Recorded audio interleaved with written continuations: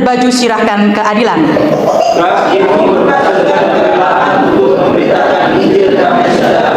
Dalam segala keadaan pergunakanlah perisai iman, sebab dengan perisai itu kamu akan dapat memadamkan semua panah api dari si jahat.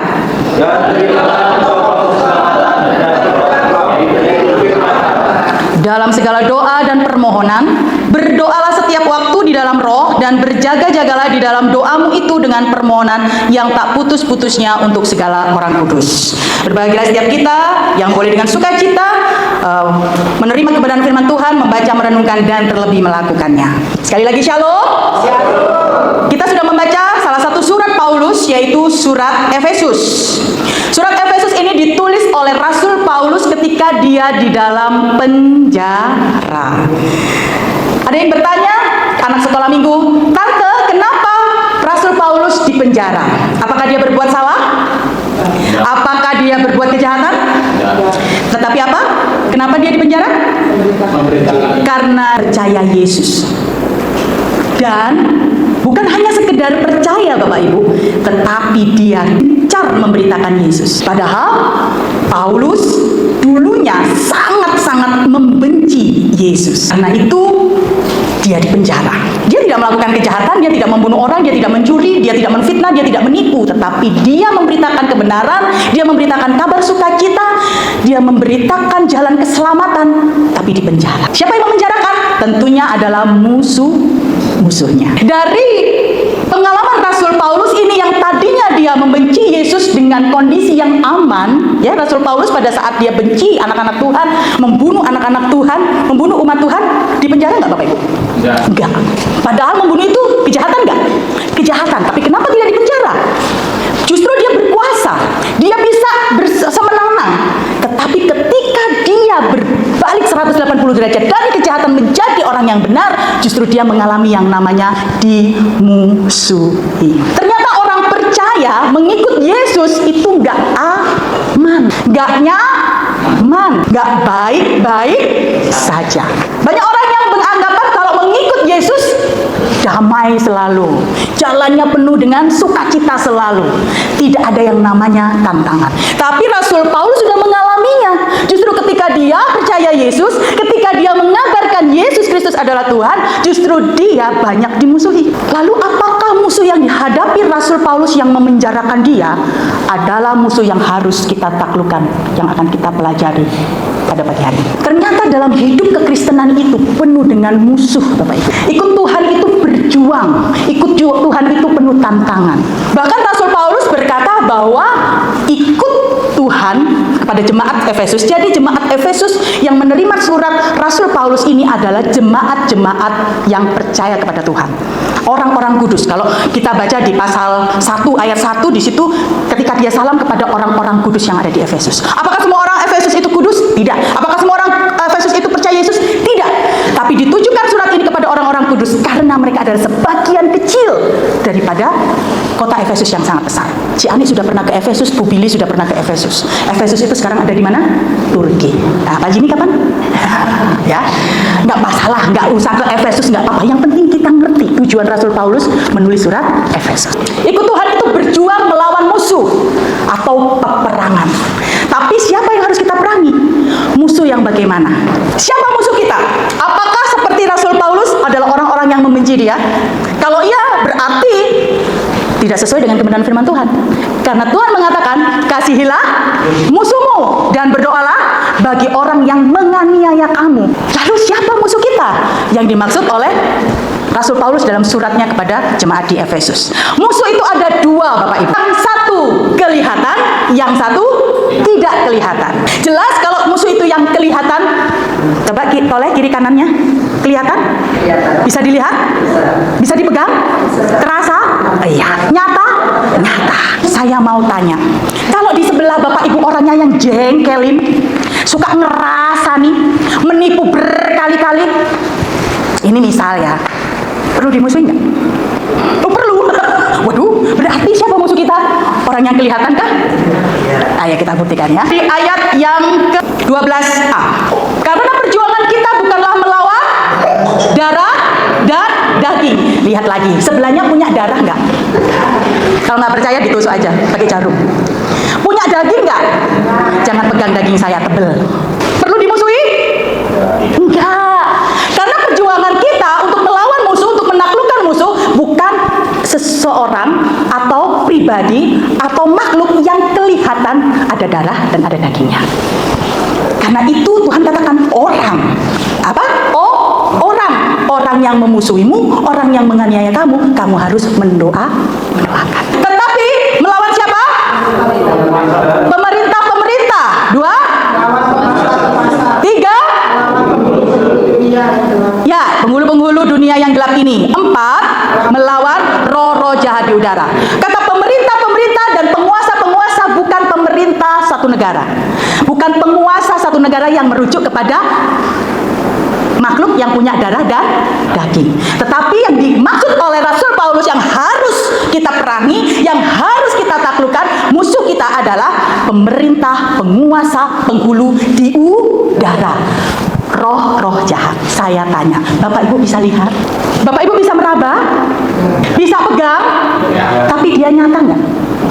Dia ada nggak? Kok tahu? Dari rasa ya. Jadi kata pemerintah di udara, penguasa di udara, penghulu di udara, roh-roh di jahat, ini berbicara tentang namanya iblis. Tahu dari mana? Yo, kita lompat ya. Supaya kamu dapat bertahan melawan tipu muslihat siapa?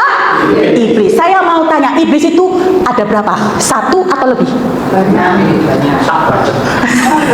Ya, iblis itu ada banyak. Iblis itu tidak sendiri.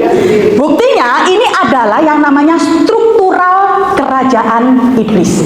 Jadi kerajaan iblis itu punya pemerintah, Bapak Ibu, punya penguasa, punya penghulu, dan punya roh-roh jahat. Jadi yang namanya iblis itu nggak satu pribadi, tapi dia adalah satu kerajaan. Siapa itu? Pemerintah di udara. Jadi di kerajaan iblis itu Bapak Ibu, itu ada yang namanya pemerintah. Kalau ngomong nama pemerintah, berarti dia pangkatnya paling tinggi. Pangkat tertinggi yaitu adalah yang memerintah di kerajaan iblis itu, raja iblis. Dalam sistem hierarki kerajaan iblis, panglimanya gitu loh Bapak Ibu ya. Nah, apa tugasnya pemerintah? Yang namanya pemerintah, Pak Jimmy ini kan bos ya, tertinggi di perusahaan. Tugasnya apa Pak? Merintah. Selain merintah Pak, pasti bikin strategi toh untuk perusahaannya supaya maju. Ini tugasnya Bapak Ibu. Yang bikin strategi di kerajaan iblis dengan baik. Tetapi bagaimana strategi supaya kerajaannya ini banyak pengikutnya? Nah, jadi pemerintah di udara itu adalah mereka merancang sebuah strategi jahat global yang menguasai dunia. Contohnya, mereka menciptakan yang namanya ideologi. Ada yang namanya apa Bapak Ibu? Komunisme. Ada apa lagi? Pluralisme.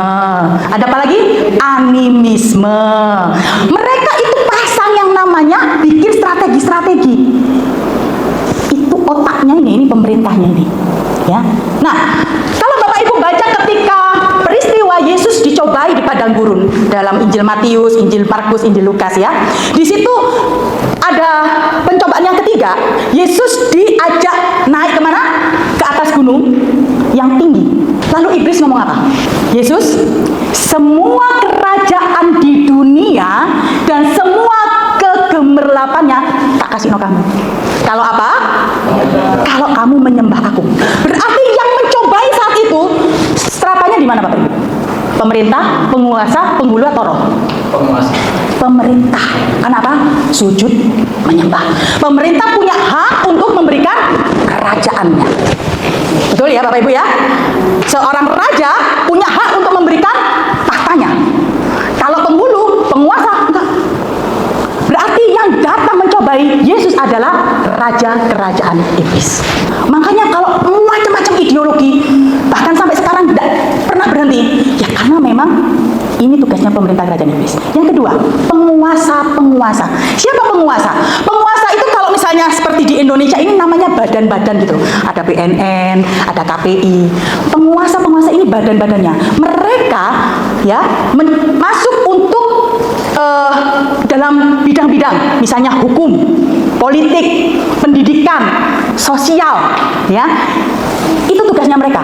Contoh, penguasa-penguasa di dunia, bagaimana caranya untuk membuat kita ini jatuh, memusuhi anak-anak Tuhan.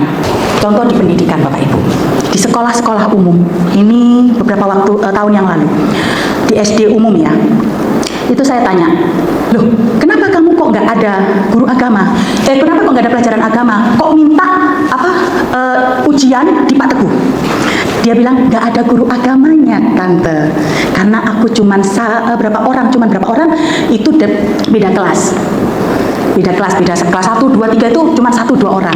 Jadi nggak ada disediakan guru agama Kristen. Ironisnya Bapak Ibu, di negara-negara maju, negara-negara barat seperti Amerika, khususnya di sekolah umum di Amerika, itu tidak ada yang namanya pelajaran agama. Dan ini masih akan berkembang. Kalau sekarang hanya sekolah umum, bisa jadi kedepannya sekolah-sekolah swasta pun tidak ada yang namanya guru agama atau pelajaran agama. Siapa dalangnya? Ini adalah strategi si penguasa. Jadi bukan karena pemikiran satu negara, mereka dipengaruhi oleh penguasa-penguasa di udara. Kesehatan, contoh misalnya COVID-19. Apa dampaknya? Ini cara strategi iblis menghantarkan yang namanya COVID-19. Ketika COVID-19, banyak orang-orang kesulitan untuk pergi. Takut. Mereka menciptakan yang namanya ketakutan. Mereka menciptakan yang namanya kesehatan tidak main-main. Agama, iman dikalahkan dengan yang namanya ketakutan akan sakit. Itu COVID-19. Makanya banyak orang yang tutup gerejanya, gak bergereja. Harapan mereka, orang tidak mau lagi bergereja karena COVID-19. Maksudnya harapannya penguasa. Tapi banyak anak-anak Tuhan ditolong Tuhan tetap mengadakan apa? Ibadah di rumah. Tapi apakah dampaknya tidak berdampak sama sekali? Dampaknya besar Bapak Ibu. Setelah COVID-19, orang jadi individualis. Anak-anak generasi kita benar-benar individualis. Sosialisasinya sangat rendah dibandingkan zaman kita waktu masih kecil. Apalagi yang namanya gadget.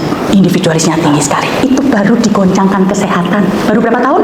3 tahun ya, kurang lebih ya. Apakah berikutnya ada lagi? Bisa. Karena memang itu tugasnya penguasa di udara. Ya, makanya orang Kristen, beberapa orang Kristen yang lemah imannya, akhirnya bilang, aku nggak perlu gereja. Di gereja banyak orang munafik. Aku selama COVID bergereja kok di YouTube. Enak bergereja di YouTube, bisa pilih pendeta. Mau yang lucu, mau yang ganteng, mau yang humoris, aku bisa pilih. Kalau di gereja, ya cuma satu aja. Itu salah satunya dampaknya. Penghulu-penghulu, siapa penghulu-penghulu itu? Nah, kalau dalam suatu perusahaan di kerajaan iblis ini ya, penghulu-penghulu itu sama seperti saya yang dulu, atau sama seperti Bu Sifra, Pak Oben, agen atau sales. Jadi kalau misalnya ada yang menggoda-menggoda kita ya, itu kita sedang digoda yang namanya bukan pemerintah penguasa, tapi penghulu. Agennya, gak usah nang gereja. Ning mall iki lho ono diskon 70%. Kapan maneh ning gereja iso sesuk. Ini tugasnya penghulu Bapak Ibu. Bu, penghulu itu nakut-nakutin enggak? Enggak. Itu di bawahnya penghulu. Kalau nakut-nakutin itu yang genderuwo ya, terus apalagi sundel bolong, itu enggak ada di kerajaan iblis Bapak Ibu. Itu buatan manusia. Karena memang iblis sebenarnya bukan menakut-nakutin. Kalau menakut-nakutin, dia enggak dapat follower. Tapi dia ngiming-ngiming. Itu ciptaan manusia aja. Film horor, kuburan menakutkan, nggak ada Bapak Ibu. Bapak Ibu tidur-tiduran di kembang kuning, nggak akan bisa tergoda atau ditakut-takutin. Tapi Bapak Ibu ke mall bisa didatangi yang namanya penghulu di udara. Betul ya?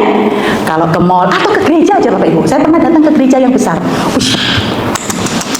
Penghulu di udara itu ada Bapak Ibu. Ya, suami saya lihat, ya ampun, iku kok bajunya kurang bahan sih. Apa enak kalau menyembah kelek ketok, terus roknya terangkat. Loh, penghulu bisa pakai itu loh untuk kita tergoda mata kita di gereja. Tapi saya percaya dan saya bersyukur kalau di sini nggak ada yang pakai rok mini. Ya, semuanya bisa beli kain lebih kan? Iya, puji Tuhan. Ya. Lalu roh-roh jahat, apa itu roh-roh jahat? Roh-roh jahat itu programnya Bapak Ibu, spiritnya yang ditawarkan. Ya, iblis ini strateginya sangat luar biasa, yaitu dikatakan di sini adalah tipu muslihat. Kejahatan paling besar adalah tipu muslihat. Orang Orang sombong bisa kelihatan, Bapak Ibu. Orang mencuri kelihatan nggak? Orang membunuh. Tapi kalau orang menipu, orang nyamar, orang pura-pura, nggak kelihatan. Jadi ini tingkat tingginya, yaitu roh jahat itu adalah mengirimkan yang namanya program tipu muslihat. Salah satu contoh yang banyak mempengaruhi programnya roh jahat, katanya ikut Yesus, Yesus tabib yang ajaib, Yesus penyembuh. Tapi aku doa, kok nggak sembuh-sembuh? Ini programnya, gak usah, nih wong pinter aja, nggak usah ke Yesus, suwe, harus doa puasa. Nih ke orang pinter, wah, gitu, sembuh. Loh, katanya kalau ikut Yesus diberkati, tapi aku sudah 10 tahun usaha, yo gini-gini aja. Tapi tetanggaku sering ke Gunung Kawi, belum 1 tahun usahanya maju. Ini programnya roh jahat, Bapak Ibu.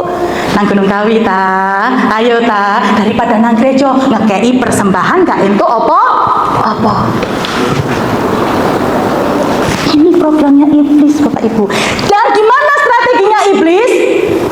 Apakah ketika Yesus turun ke dalam kerajaan maut mengalahkan iblis, iblis diam? No. Kalau Bapak Ibu baca nanti di pasal 2 ayat 2, di situ dikatakan bahwa sampai sekarang ia masih bekerja di hati orang-orang yang tidak taat kepada Allah.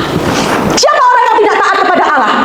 Apakah ada orang Kristen di situ? Yes, ada orang Kristen. Apakah ada pelayan di situ? Yes, ada pelayan. Orang yang tidak taat kepada Allah tidak mengenal kamu pelayanan, kamu enggak. Kamu Kristen, kamu enggak. Tapi orang yang tidak taat kepada Allah, itulah di situ sasarannya, programnya roh jahat itu berhasil. Makanya peristiwa manusia jatuh dalam dosa bukan karena makan buah, tapi karena apa? Tidak taat. Evil is organized and powerful. Kerajaan iblis itu betul-betul terstruktur, strateginya nggak pernah berhenti dan sangat kuat. Apa powerfulnya? Kalau Bapak Ibu baca di Wahyu pasal 12 ayat 12, iblis sadar bahwa waktunya itu semakin singkat. Wahyu 12 ayat 12 di situ katakan, iblis telah turun dalam geramnya yang dahsyat. Geram itu bukan marah yang membabi buta terus nakut-nakuti kita, enggak. Strateginya mulai supaya bagaimana dia dapat mempengaruhi dan menelan mangsanya. Karena itu dia terus berjalan keliling. Di sini dia jalan-jalan, Bapak Ibu. Siapa bilang di gereja nggak ada yang namanya roh jahat? Hademnya AC, ya, bikin seliut, ya. Jangan sampai seperti apa? Tikikus ya. Ketika mendengarkan firman Tuhan dia ngantuk, terus jatuh, terus innalillahi wa inna ilaihi raji'un. Itu program yang simple. Ya, oke. Jadi Bapak Ibu, lalu bagaimana strategi kita menaklukkan iblis? Iblis ini sangat powerful dan gak pernah menyerah. Kalau iblis sadar waktunya tinggal sedikit, dia betul-betul melaksanakan strateginya, berjalan terus, berkeliling terus, gak pernah berhenti. Banyak orang-orang Kristen, anak-anak Tuhan yang sadar waktunya tinggal sedikit. Iblis gak pernah tidur, Bapak Ibu. Iblis gak pernah tidur. Jadi bagaimana strategi menaklukkan iblis? Strategi menaklukkan iblis yang pertama kita baca di ayat yang ke-10. Akhirnya hendaklah kamu kuat di dalam Tuhan, di dalam kekuatan kuasanya. Strategi ini saya kasih nama strategi 2K. K yang pertama itu adalah kuat. Yang ke-10, akhirnya. Akhirnya ini bukan berarti akhir dari surat Paulus ini, tetapi justru kata akhirnya dipakai oleh Rasul Paulus itu adalah penekanan hal yang penting. Dari pasal-pasal sebelumnya, dari pasal pertama sampai pasal yang ke-6, ya, sampai ayat yang ke-9 itu. Kata akhirnya itu penekanan yang penting yang harus kamu lakukan. Dari nasihat-nasihat yang di atasnya itu, ya. Apa itu misalnya? Contoh, di pasal yang keempat, ya, di pasal yang keempat, di situ surat Rasul Paulus menasehatkan supaya apa? Jemaat, ayo bersatu. Jemaat, kamu manusia baru. Di sini manusia baru? Semua manusia baru? Amin. Semua bersatu? Oke, ya. Yuk kita cek ya. Di situ dikatakan, ini saya ambil beberapa ayat ya. Kamu telah belajar mengenal Kristus. Bapak Ibu sudah mengenal Kristus? Hendaklah kamu selalu rendah hati, lemah lembut dan sabar. Sampai setebal mana sabarnya? Setebal tisu dibagi 2. Sampai sebesar mana rendah hatinya? Sampai setebal mana lemah lembutnya? Benarkah saya sudah mengenal Kristus yang lemah lembut dan saya lemah lembut? Itu nasihat Rasul Paulus. Lalu Rasul Paulus juga mengatakan begini, sebab itu kukatakan, Dan kutegaskan kepadamu, artinya kepada jemaat dalam Tuhan, jangan hidup lagi sama seperti orang-orang yang tidak mengenal Allah dengan pikirannya yang sia-sia. Apa itu pikiran yang sia-sia, Bapak Ibu? Mikir sing boten-boten, yang enggak, yang aneh yang aneh-aneh. Contoh, ada orang yang curiga sekali sama suaminya, lalu HP-nya dicek. Kok suamiku ini tambah sayang, tambah mesra? Jangan-jangan dia ada yang ditutupi nih. Kok suamiku ini kok suka memanjakan aku? Jangan-jangan dia punya will ini. Dicekin, bajunya dicekin semua. Ada loh orang yang seperti itu. Terus kalau misalnya suaminya itu, "Ma, aku izin keluar kota ya." Ditelepon. Lebih dari minum obat. Kalau minum obat 3 kali sehari. Dia nelponnya 10 kali sehari. "Pak, sama siapa? Saya video call. Aku pengen tahu, benar nggak kamu di kantor? Benar nggak? Kamu makan? Iya, sendirian. Iya, sama teman kantor kok, nggak sendirian. Cowok apa cewek? Cowok, beneran cowok. Saya video call. Aku pengen tahu beneran cowok apa cewek." Banyak orang yang pikirannya sing boten-boten. Ada orang yang pikirannya gini, "Duh, aku udah tua. Nanti kalau aku mati, ya opo yo anakku? Ya opo yo nasibnya? Ya opo yo masa depannya?" Mikir sing boten-boten. Padahal firman Tuhan katakan, pikirkanlah semua yang manis, yang mulia, yang baik. Kalau kita berpikir yang aneh-aneh, itu dikatakan di sini sama dengan tidak mengenal Allah. Padahal katanya tadi kita mengenal Allah. Jadi manusia baru itu serupa dengan Allah, ya. Dikatakan di pasal yang keempat, kalau kamu jadi manusia baru, kalau kamu bicara, jangan sampai mengucapkan kata-kata kotor. Apa itu kata-kata kotor, Pak? Misu? Memaki? Mencela? Negatif? Itu kata kotor. Kata kotor itu kata yang tidak menyenangkan. Kalau Bapak Ibu mau tahu kata-kata kita ini kotor atau tidak, apakah kata-kata kita itu membuat orang itu tersinggung atau malah berterima kasih? Orang itu membuat jadi senang atau malah jadi marah? Kalau gosip, bikin marah atau bikin senang, Pak? Bikin marah. Ngomongin orang, bikin senang apa bikin marah, Pak? Belum tentu, Pak. Kalau saya ngomong, "Pak Jimmy itu loh ya, baik. Kemarin aku dikasih pencet. Sewager pencetnya gede kayak saya." Bapak senang? Senang karena tak puji, Pak. Baik. Itu bukan kata kotor, Bapak Ibu. Tapi kalau saya bilang, "Pak Jimmy itu loh, oke, kok pencet. Mbok yo duren. Mbok yo berkorban toh sekali-sekali. Mosok mek metik toh. Berapa sih atone duren wong bos ekspedisi kok. Kayak pencet." Sama pencetnya ya, Pak, temanya. Bapak marah nggak kalau itu kedengaran? Marah. Itu kata kotor, Bapak Ibu. Sudahkah kita berkata yang baik atau berkata kotor kepada anak? Ataukah kita banding-bandingkan anak kita? Atau kita ngomong, "Rasa non, syukur kon." Ada yang ngeri lagi, Bapak Ibu, "Dasar anak se." Nah, kalau anaknya se, bapaknya ibunya se. Ya, ayo. Karena itu Pak Rasul Paulus bilang, "Hei, akhirnya." Itu yang penting, supaya kamu bisa. Susah nggak untuk tidak berkata kotor? Susah. Kadang dia diajak rasan-rasan, kepancing, ya. Apalagi kalau punya luka hati, luka hatinya kebuka lagi, menganga lagi, ya. Yang paling dekat dengan pasal 6 di ayat 22 pasal 5. Ya, di situ dari ayat 22 itu sampai pasal 6 ayat 1 sampai 9 itu adalah kehidupan berumah tangga, Bapak Ibu. Kehidupan berkeluarga, ya. Saya kasih contoh pasal 1 sampai 3. "Hai anak-anak, taatilah orang tuamu di dalam Tuhan." Ada dikatakan orang tua yang baik, orang tua yang sabar, enggak ya? Dikatakan orang tuamu, apapun modelnya, ya. Lalu karena haruslah demikian, berarti itu harus dilakukan. "Hormatilah ayahmu dan ibumu." Dikatakan ini adalah suatu perintah yang penting, sepertinya nyata dari janji. Jadi membuahkan janji. Janjinya apa? Supaya kamu berbahagia. Apa kata berbahagia? Di terjemahan yang lainnya, hidupmu penuh dengan berkat. Hidupmu itu pasti sejahtera dan panjang umur. Bapak Ibu mau panjang umur? Mau? Amin? Saya bilang nggak lengkap. Kalau doa mau panjang umur, tapi bilang panjang umur dan berbahagia, panjang umur dan penuh sejahtera, panjang umur dan bisa menikmati berkat. Berkat itu bukan bicara materi. Bapak Ibu bisa nikmat makan nasi sama garam sama sambal, itu sudah namanya berbahagia. Artinya orang yang suka mengucap syukur. Ya, banyak orang yang makan steak tapi habis itu stroke. Ya, berarti nggak berbahagia kan, Pak ya? Iya, padahal duitnya banyak. Ya, jadi kata berkat itu adalah ketika orang itu bisa mengucap syukur. Nah, susah nggak mentaati orang tua, anak-anak? Susah? Susah mentaati orang tua? Susah apa gampang? Loh, jawab aja, nggak apa-apa. Nanti ada bagiannya ke orang tua. Anak toh? Ya, anak. Semua anak ya yang masih punya orang tua ya. Ya. Susah nggak mentaati orang tua? Susah gampang. Banyak susahnya apa banyak gampangnya? Kalau misalnya Brian, kamu cuma main HP, pulang malam, tak sita HP-mu, marah nggak? Marah. Berarti susah ya taat orang tua ya. Susah taat orang tua. Karena itu Rasul Paulus bilang akhirnya, nanti kita akan tahu ya. Di ayat yang keempat tadi sudah anak.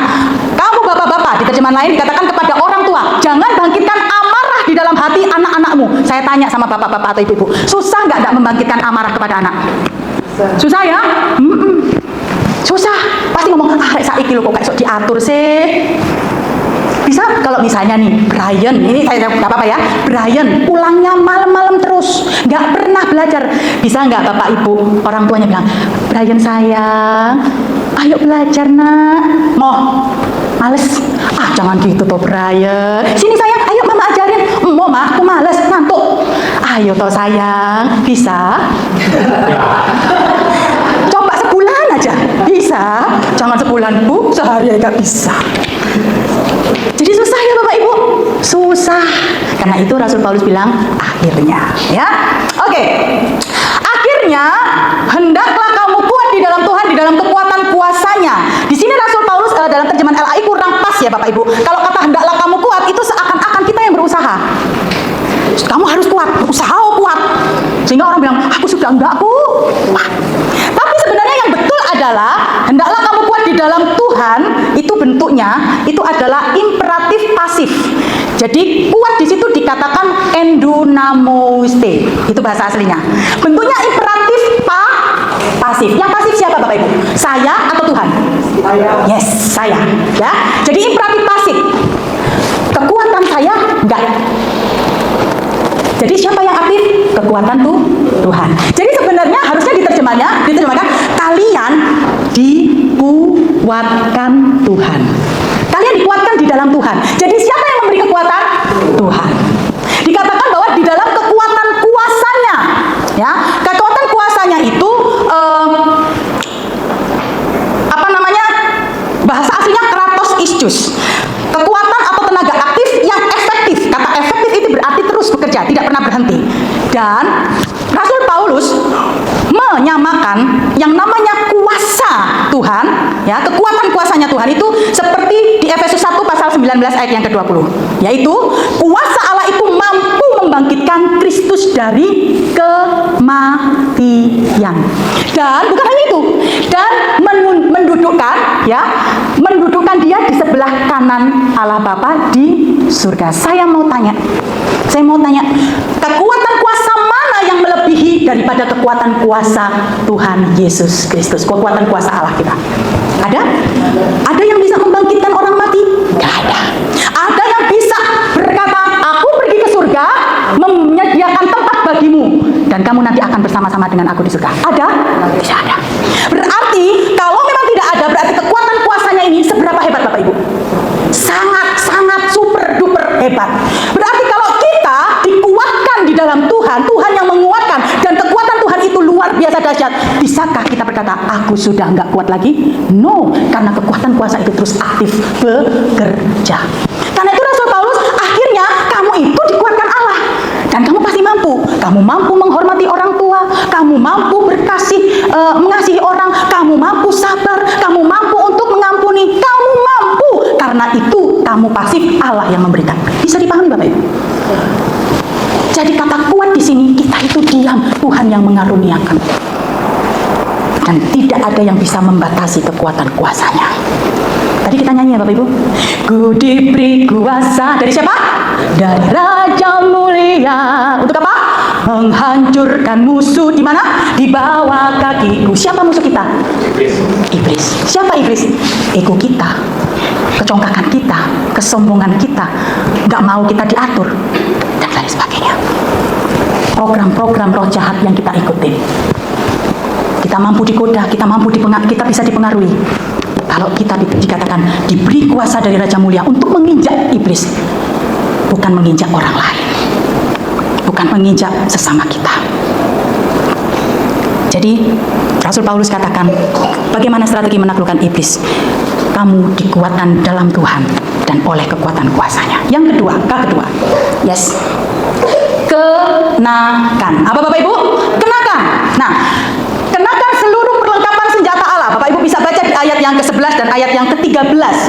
Kata kenakan ya, itu bentuknya imperatif aktif atau dari bahasa aslinya endusaste. Artinya yang aktif siapa Bapak Ibu?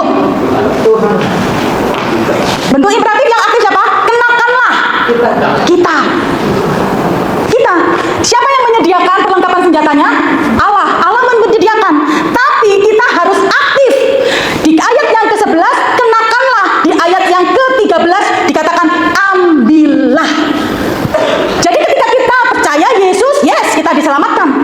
Tapi kalau kita tidak aktif mengenakan dan mengambil perlengkapan senjata Allah, kita nggak akan bisa melawan atau menaklukkan musuh. Jadi perannya ada dua Bapak Ibu. Peran Tuhan memberi kekuatan, peran kita aktif. Rohmu yang hidup penuhiku, mengalir dalamku. Kata selanjutnya apa? Ku buka hati. Kalau kita gak buka hati, sama dengan kita tidak mengenakan, kita gak akan bisa menaklukkan musuh. Amin. Bapak Ibu, ternyata kata kenakan ini menunjukkan kalau Tuhan itu memperhatikan pakaian. Dulu saya pernah ada orang yang berkata kepada saya gini, Bu, Tuhan itu nggak pernah melihat apa yang kita pakai. Tuhan itu melihat hati. Jadi kalau ke gereja, Tuhan nggak menilai kita dari pakaian. Saya katakan itu salah, Bapak Ibu. Dari kita mengenakan, di situ kita tahu kita menghormati Tuhan atau tidak. Kenapa? Penjahit pertama di dunia siapa? Saya mau tanya. Siapa penjahit pertama di dunia? Bukan Bu Yuli ya, bukan. Siapa penjahit pertama di dunia? Belum kenalan? Yakin belum kenalan? Siapa penjahit pertama di dunia? Hah? Tuhan Allah. Pada saat kapan? Memberikan pakaian kepada Adam dan Hawa. Kenapa pakaian Adam dan Hawa diberikan pakaian? Itu artinya Tuhan memperhatikan kehormatan kita, kehormatan Adam dan Hawa, manusia. Kalau Tuhan memperhatikan kehormatan kita, kenapa kita nggak memperhatikan kehormatan Tuhan? Saya pernah Bapak Ibu di gereja besar. Kak Peker itu dia nggak ke gereja. Saat itu saya ke gereja lain ya. Beberapa tahun yang lalu, orang kaya dari mobil sedan Mercy keluar, pakai celana pendek, kaos oblong, bawa HP. Ya, saya nggak pernah mengira. Waktu itu saya di pintu gereja, saya menunggu Pak Teguh untuk turun dari mobil, gitu ya. Ternyata orangnya itu belok ke gereja, masuk ke gereja. Tak sawang ya Tuhan, ke gereja pakai kaos oblong, celana pendek. Celana pendeknya tuh Bapak Ibu, celana tidur.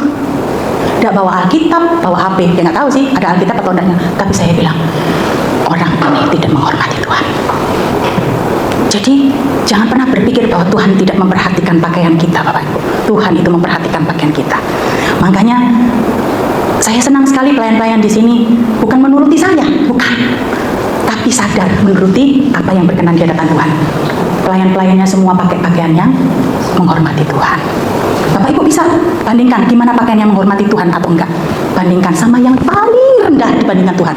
Kalau kita ke Pak Presiden aja, bisakah kita pakai pakaian itu ke Pak Presiden? Kalau itu bisa, kenapa Tuhan dikasih yang lebih buruk? Bisa dipahami Bapak Ibu? Baik. Jadi kenakanlah itu bentuk imperatif aktif.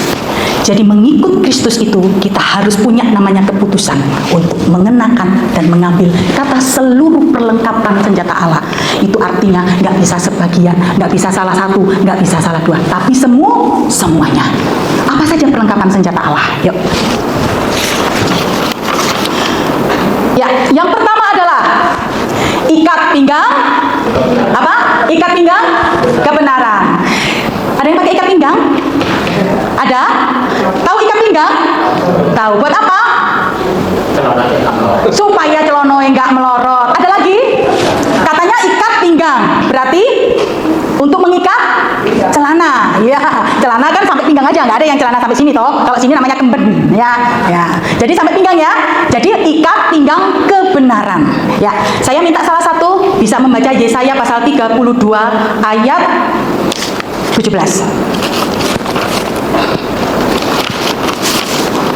Yesaya 32 ayat 17.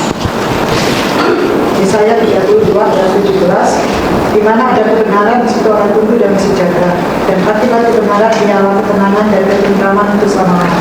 Amin. Siapa yang pengen hidup tenang? Amin. Semua? Oke. Siapa yang pengen tentram? Siapa yang pengen damai sejahtera? Katakan sebelah kiri kanan. Ayo pakai ikat pinggang kebenaran, ya. Mereknya harus kebenaran, ya. Ya, jadi Bapak Ibu betul yang dikatakan tadi. Apa fungsinya ikat pinggang itu? Ikat pinggang itu adalah untuk mengikat supaya nggak melorot. Coba kalau misalnya ini, Bapak Ibu, perlengkapan senjata Allah ini, ya, Rasul Paulus itu mengaplikasikan, melihat seperti pakaian tentara Romawi, gitu ya. Kenapa? Karena memang saat itu dia dalam penjara, yang memenjarakan di penjara orang Romawi, dan dia tiap hari dia lihat yang namanya tentara. Pakaiannya sudah seperti ini, dan ini pakaian perang, Bapak Ibu. Pakaian apa? Pakaian perang, ya. Nah, coba bayangkan kalau seorang tentara, ya, badannya sudah tegap begitu, tapi tiba-tiba ketika ada musuh yang menyerang, ya, dia nggak pakai ikat pinggang, dia lari terus melorot celananya. Gimana? Pasti memalukan kan? Iya, pasti memalukan. Musuhnya nggak jadi nyerang, malah ya pasti menyador gitu ya. Oke, jadi apa? Kalau kita nggak hidup dalam kebenaran, kalau kita tidak mengikatkan diri dengan kebenaran, hidup kita ini memalukan. Jadi berantakan, ya, nggak rapi. Jadi kebenaran itu adalah standar mutlak supaya hidup kita itu tidak berantakan. Tadi dikatakan, jika ada kebenaran, maka tumbuh apa? Damai sejahtera. Kalau tidak ada kebenaran, maka yang tumbuh apa? Ketidakdamaian. Makanya kalau ada sekumpulan orang, satu saja yang tidak berikat pinggang kebenaran, pasti yang dikatakan dia toksik. Jadi orang yang mengikatkan diri kepada kebenaran, ya, dia hidupnya pasti ditumbuhi yang namanya damai sejahtera. Dan akibat dari dia diikat kebenaran, apa tadi? Hidupnya tenang, hidupnya tentram. Siapa kebenaran itu? Siapa kebenaran itu? Yesus. Ada tokoh yang disembah di kepercayaan yang lain yang pernah mengatakan, akulah kebenaran. Ada? Tidak ada. Jadi kebenaran itu adalah Yesus. Siapa kebenaran? Kebenaran adalah Roh Kudus, karena Roh Kudus adalah roh kebenaran. Jadi orang yang sudah dicurahkan tinggal Roh Kudus dalam hidupnya, pasti dia diikat yang namanya kebenaran. Kenapa ada ketenangan? Kenapa ada ketentraman? Siapa di sini yang punya motor? Punya motor? Punya? Oke. Punya berapa? Oh, satu ya, puji Tuhan, punya satu. Oke. Sudah lunas? Saya nggak nawarin untuk lunasin. Oke, mau motor itu lunas atau enggak, ya? Kalau ada motor A dan motor B sama-sama belum lunas. Motor A, pengendaranya surat lengkap, pakai helm, ya. Lalu spion semuanya, ban semuanya lengkap, nggak ada yang dipreteli, nggak ada yang lepas. Jalan ke jalan raya, ada cekatan, tenang nggak? Kenapa? Karena ngikutin aturan yang benar. Tapi motor B, ya taruhlah motornya sudah lunas, sudah lunas, tapi nggak punya surat, ada STNK tapi nggak ada SIM, terus nggak pakai helm, spionnya copot satu, ya, terus ada cekatan, tenang nggak? Nggak tenang, padahal motornya sudah lunas. Kita memang sudah lunas dibayar Tuhan, tapi kalau kita tidak diikat, tidak mengenakan ikat pinggang kebenaran, hidup kita nggak tenang, Bapak Ibu. Tapi berbeda ketika kita sudah lunas dibayar oleh Tuhan, ditebus oleh Tuhan, tapi kita berikatan kebenaran, mau sakit, mau rugi, mau apa, tetap kebenaran itu ada, kebenaran itu menolong, karena roh kebenaran itu adalah penolong kita, tinggal dalam hati kita. Makanya kita selalu tetap bisa mengucap syukur, kita tetap bisa bilang thanks God. Aman, tenang. Jadi ikat pinggang apa? Kebenaran. Kata kebenaran itu juga menyatakan bahwa nyaman, bebas bergerak. Kata kebenaran itu juga harus dikatakan yang sesungguhnya. Kenapa? Supaya nggak terjadi keonaran, Bapak Ibu. Kalau orang tidak mengatakan yang sebenarnya, orang itu penuh dengan tubuh, pasti dia menghasilkan yang namanya keonaran. Ada seorang bapak, ya, seorang bapak, dia mempunyai anak usia 1,5 tahun, 2 tahun lah, 2 tahun ya, 2 tahun, dan dia itu namanya anak 2 tahun kan seneng ngomong ya, dan anak 2 tahun ini kan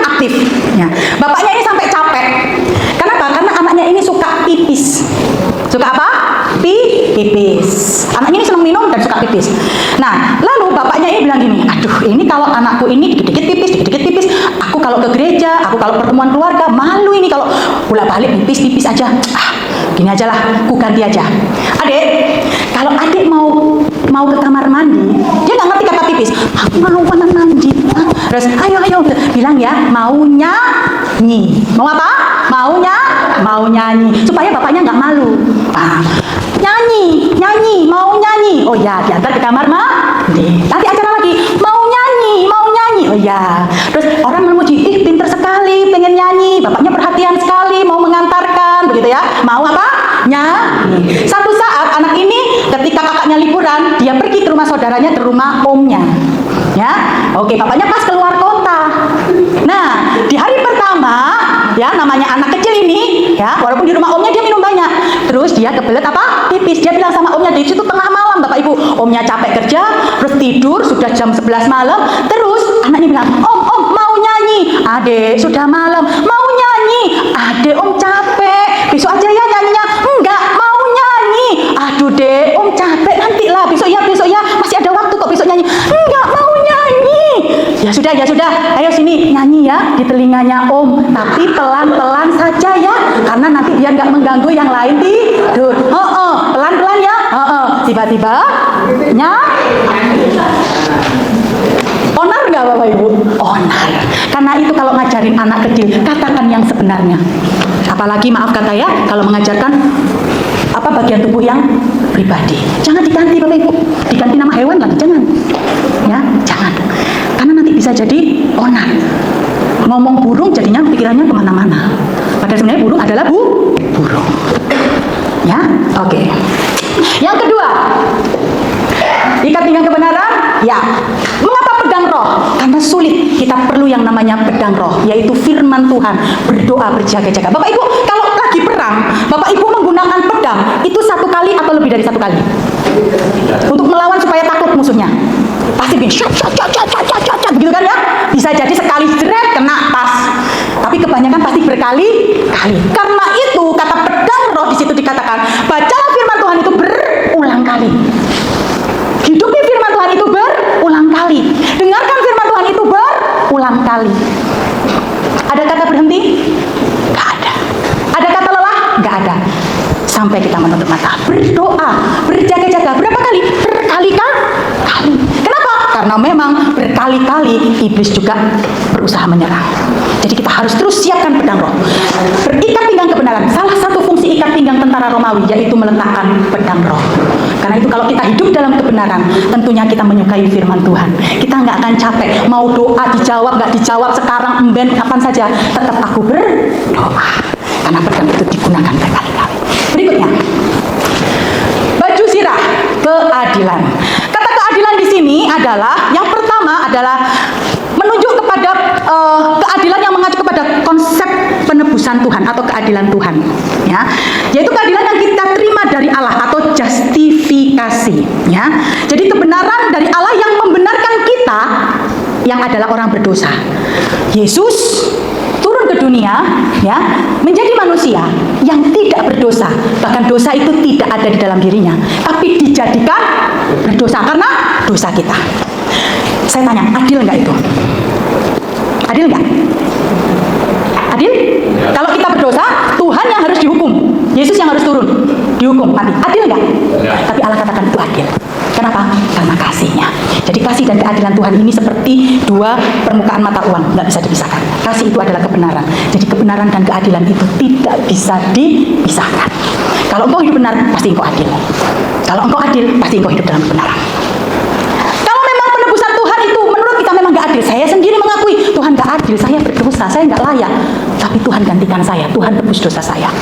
Betapa luar biasanya itu kasih yang tidak pernah bisa saya bisa balas. Nah, baju zirah ini merujuk kepada penutup dada. Ya, kenapa? Supaya untuk melindungi pukulan, pedang, tusukan anak panah atau tusukan pedang. Nah, Bapak Ibu, apa artinya tusukan atau pedang? Iblis itu salah satu sifatnya adalah pendakwa. Pernah didakwa sama iblis? Pernah? Didakwa itu dituduh, diintimidasi. Halah, kamu dulu loh, gak rajin, sekarang sok-sokan pelayanan. Bisa iblis pakai orang lain, bisa juga iblis pakai pikiran kita, bisa pikiran hati kita. Halah, kemarin lo kamu sudah bentak-bentak anakmu, terus sekarang kamu jadi sinner. Kamu doa, sakit, nggak sembuh-sembuh, ya itu karena kamu dosamu itu tidak diampuni. Itu sifat iblis. Karena itu kita harus berbaju sirahkan keadilan, yaitu Tuhan memberikan dulu keadilan buat kita. Apa? Tuhan berkorban menyelesaikan seluruh dosa-dosa kita, sehingga kita lepas dari maut. Jadi adil nggak Bapak Ibu? Kalau misalnya Tuhan mengizinkan masalah dalam hidup kita, adil nggak?